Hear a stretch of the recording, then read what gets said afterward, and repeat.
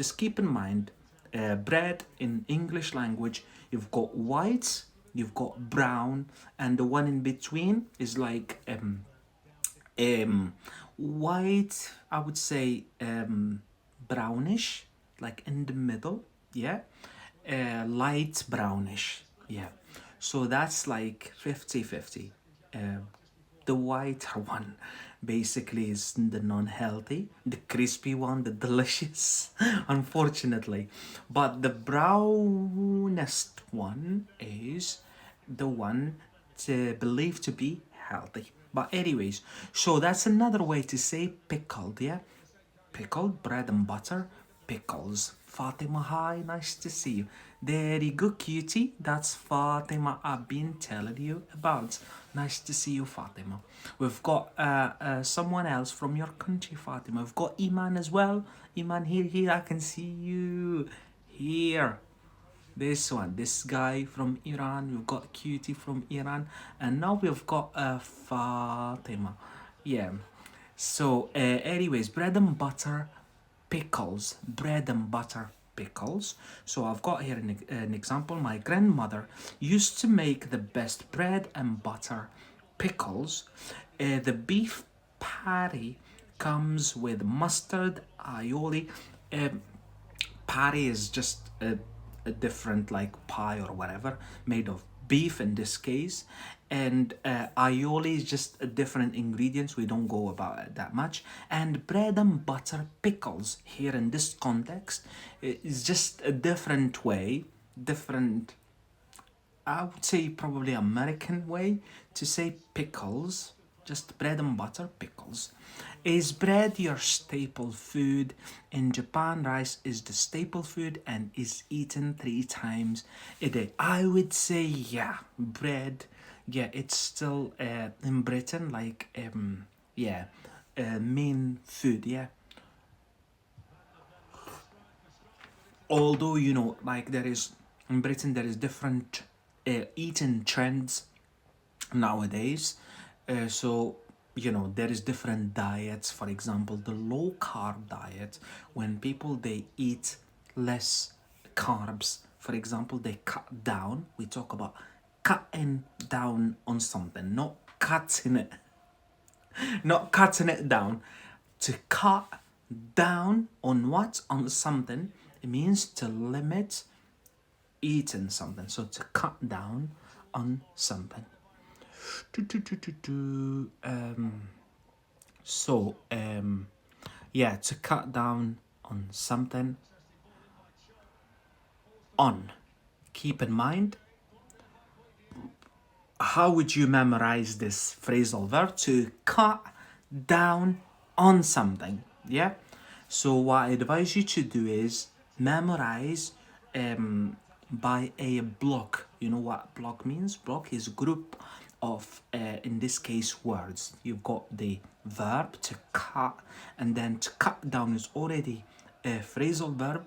You could say here it's more complex, is a complicated, complex, yeah, complicated is more negative, but complex phrasal verb. To cut down on something. So to cut down is the phrasal verb and on is the preposition. So you should aim to memorize it this way. To cut down on. To cut down on. Welcome to Real English. My friend said there isn't good bread in Japan. Yeah.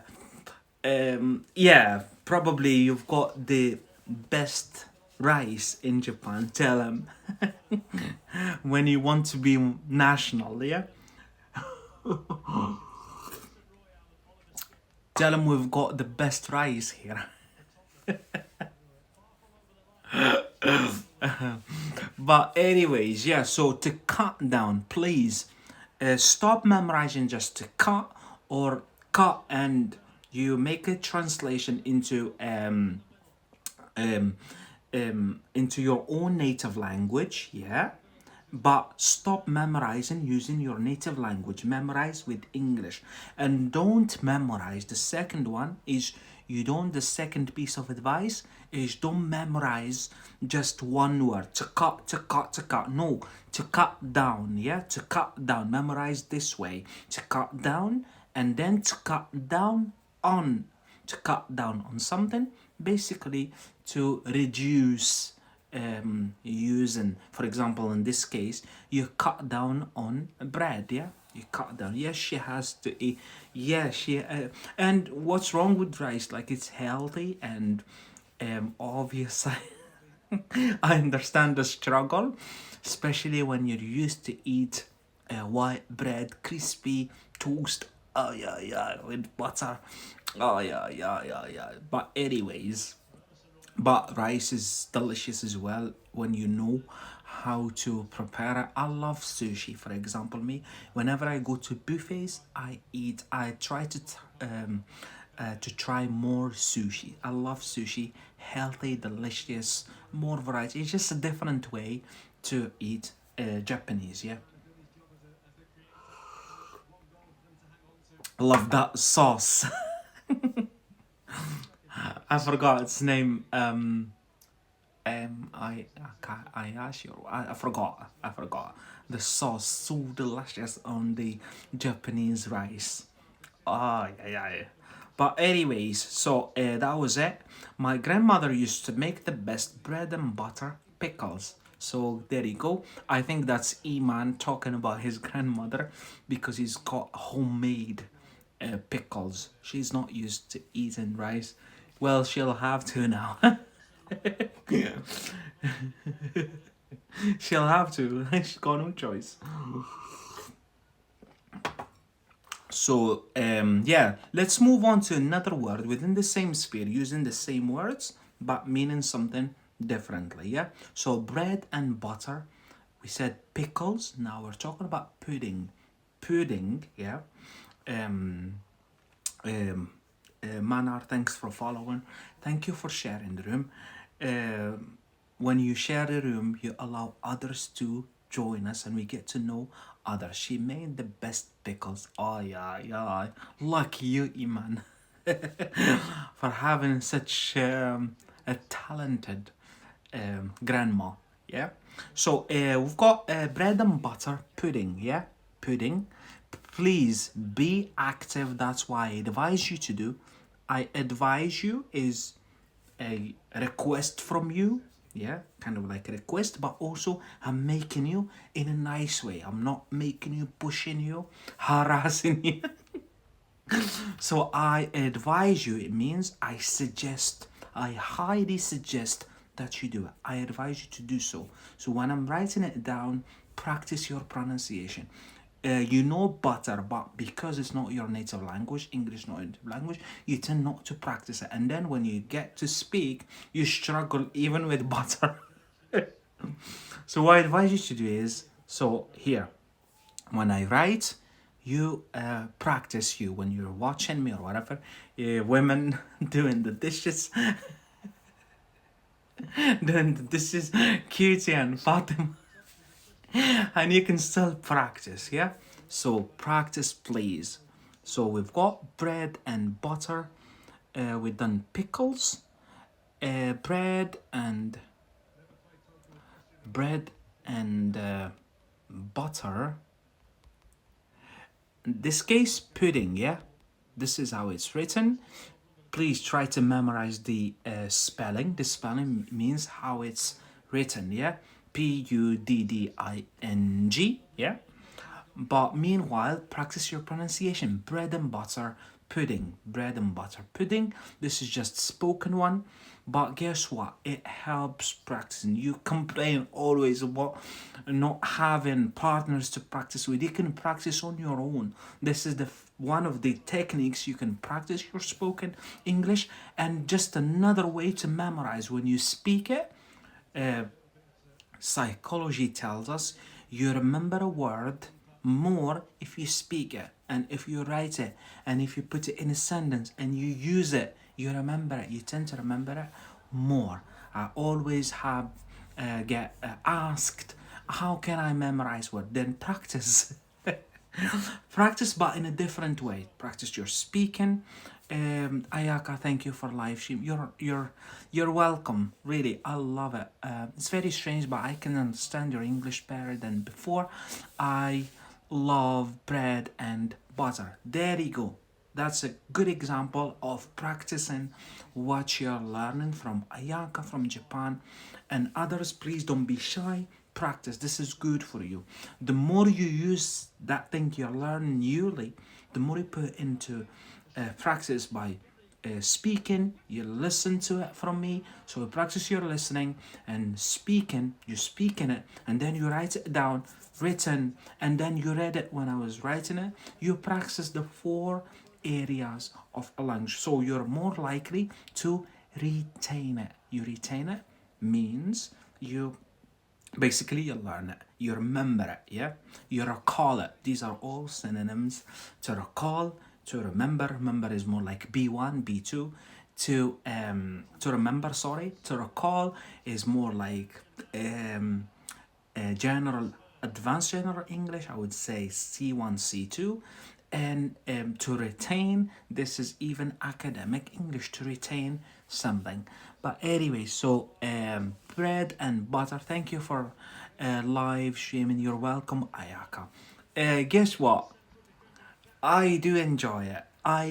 Even me, I progress and I get to enjoy live streaming also in a different way. I progress in a different way.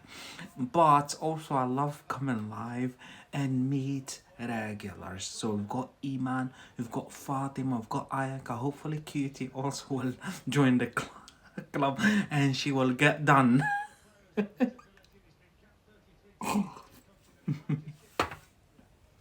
But, anyways, let's head back. So bread and butter pudding. Pudding, yeah? Pudding. What does that mean? A sweet, soft, baked dish, yeah? It's a dish, sweet. That's why it's pudding is sweet, yeah? Rice pudding, for example, we do that when we do a rice. So a pudding is a sweet dish, yeah? Sweet, soft baked dish made with slices of bread soaked. Soaked means, how do I say soaked? Soak.